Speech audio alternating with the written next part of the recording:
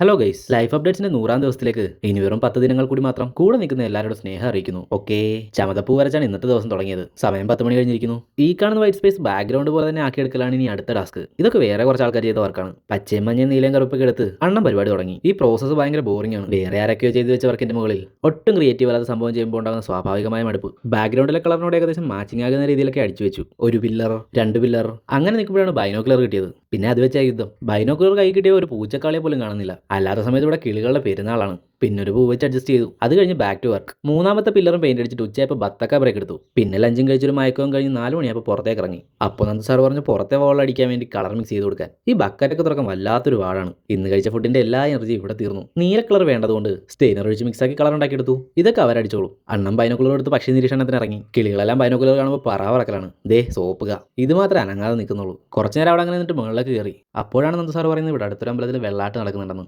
ഉടനെ തന്നെ ഓടിപ്പോയി കുളിച്ച് റെഡിയായി അത് കാണാൻ പോകാൻ ഇറങ്ങി. ശ്രീതേട്ടനാണ് കൂടെ ഉള്ളത്. നമ്മളങ്ങനെ സ്ഥലത്തെത്തി. അണ്ണൻ ആദ്യമായിട്ടാണ് ഇങ്ങനത്തെ പരിപാടിയൊക്കെ കാണുന്നത്. വയലും അമ്പലവും കടകളും ഒക്കെ കണ്ടപ്പോൾ പ്രത്യേക ഒരു ഫീൽ തോന്നി.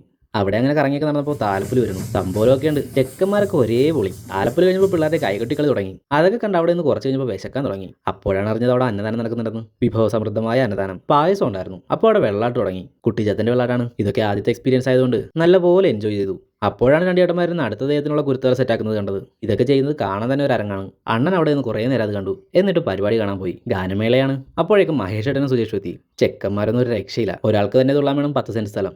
എല്ലാവരും വൈബ്. നമ്മളും പതിയെ ചാർജ് ആവാൻ തുടങ്ങി. ശ്രീതേട്ടനും മഹേഷ് ഏട്ടനൊക്കെ പറന്ന് തുള്ളി. അണ്ണന്റെ കാര്യം പിന്നെ പറയണ്ടല്ലോ.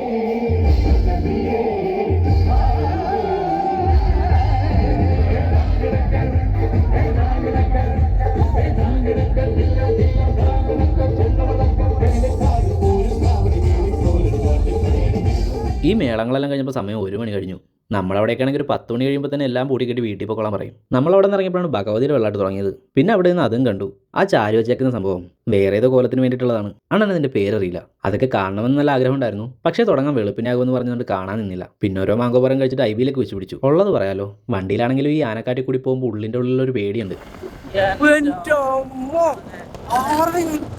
ഇത്രയും ധൈര്യം ഞാൻ എന്റെ ചാൽ ശോഭരാജ് മാത്രമേ കണ്ടിട്ടുള്ളൂ. ധീരതക്കുള്ള അവാർഡ് കൊടുക്കേണ്ടി വരും. നമ്മളെന്തായാലും ഭാഗ്യത്തിന് ആനയൊന്നും കണ്ടില്ല. ഒരു കാട്ടുമുയലിനെയും പിന്നെ കുറച്ച് മാനിനെയും കണ്ട് ഐബിയിലേക്ക് എത്തിയപ്പോൾ നീലപ്പാറക്കിളെയും കണ്ട് ഇന്നത്തെ ദിവസം അവസാനിച്ചു. ബാക്കി നാളെ. അപ്പോൾ ബൈ.